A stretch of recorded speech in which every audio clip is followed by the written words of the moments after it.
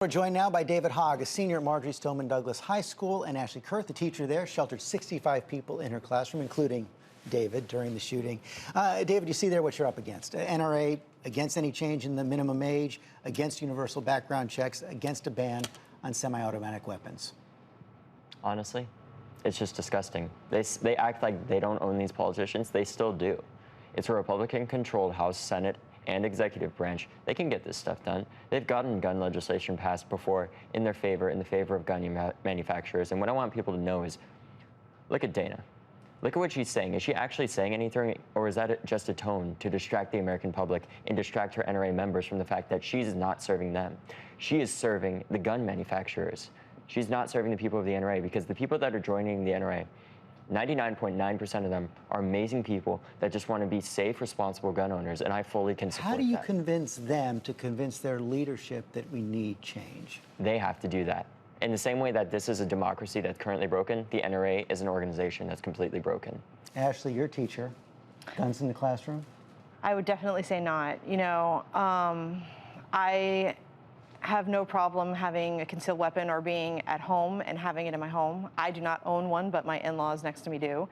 And, you know, yeah, it does make you feel safer and have that point of protection. But in the classroom, I don't know. There's so many fights that I've broken up at the different schools that I've been at and the school that I'm currently at. And it's these are kids that have passions, very raging passions. And when they get into fights or arguments over something on Twitter or Instagram, or just how their day went and having a bad day and somebody just reacts to them wrong, having something like this in their vicinity is just not a good idea. I mean, I have a 7-year-old, and I would not feel comfortable with him going into a classroom knowing that there could be a potential weapon in there, whether it's loaded or not, because some of the people have made, you know, comments, and I've had conversations with friends of mine and stuff saying, okay, well, you have a concealed weapon on you, and, you know, it doesn't have any ammunition in it. It's going to have to be locked in a separate area. And I mean, these kids get into everything that they can at a high school level. I can only imagine it would be at a elementary or middle school level. So, David, you heard that other point that Dana was making about the Broward County Sheriff's Office. Do you feel let down by them? Honestly, I know that the people that work in law enforcement are some of the hardest working individuals in America. I know that they work every single day to protect the lives and just innocence of American school children and the American public in general. Were there mistakes made? Absolutely. Is anything going to change?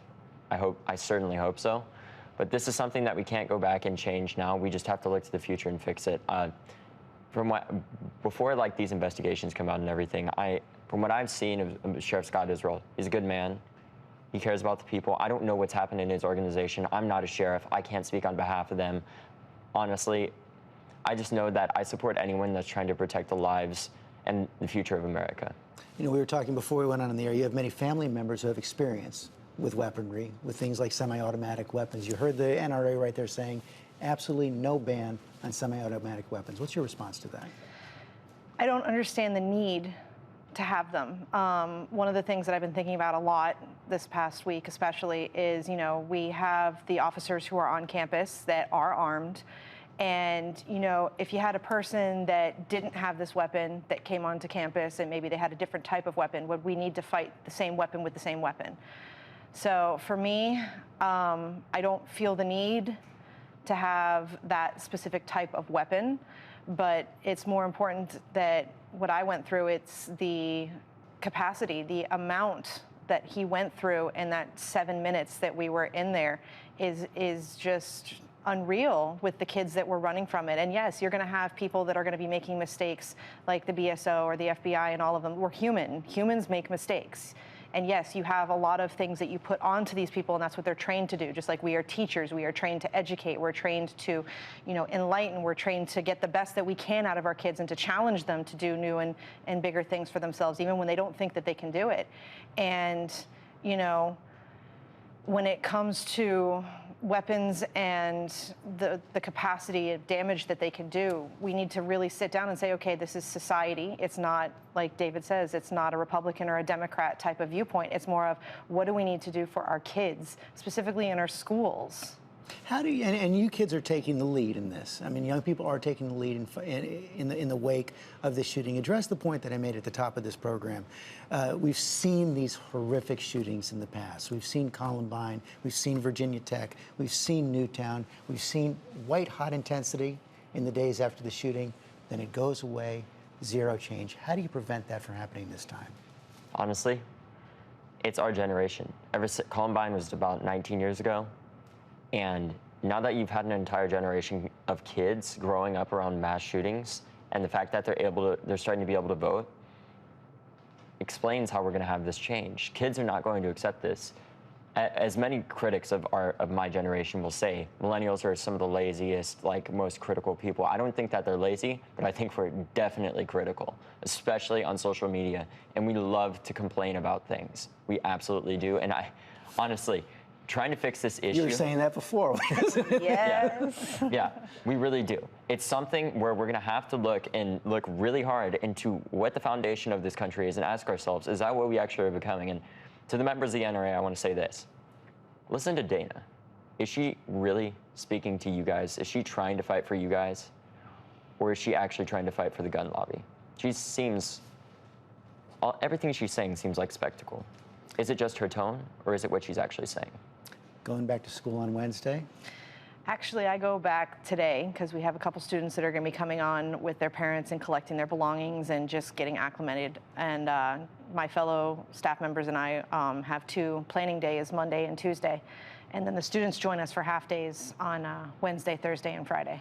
Ready for it? Honestly, I don't know at this point. Imagine having to get in a plane crash and then having to get on that same plane every day and fly somewhere else. It's never going to be the same. It never will be the same. There's going to be emotional ramifications from this. I don't support, honestly, I can't even imagine emotionally what me and my fellow students are going to go through that day. I haven't even thought of what my thought process is going to be like, even stepping back onto the same grounds as that school, having to walk past the freshman building to my AP Environmental Science class, walking past Chef Kurth's classroom, and realizing I had to huddle in there and save my life. And the most disturbing point about this, George, is the fact that we're having some of our glass replaced. It's not even bulletproof. We aren't having interchangeable locks replaced where we can lock them from the inside to prevent shooters from getting in. If we don't fix this now, when will it change? How many more children are going to have to die? Honestly, I know that we don't have the funding, but seriously, the federal government, the state government, even private citizens at this point can help us out. Help us create more bulletproof glass. I know it's expensive, but because of economies of scale, that price can and will go down when there's a huge demand for it. Maybe that's something we can all agree on.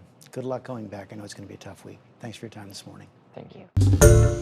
Hi, everyone. George Stephanopoulos here. Thanks for checking out the ABC News YouTube channel. If you'd like to get more videos, show highlights, and watch live event coverage, click on the right over here to subscribe to our channel. And don't forget to download the ABC News app for breaking news alerts. Thanks for watching.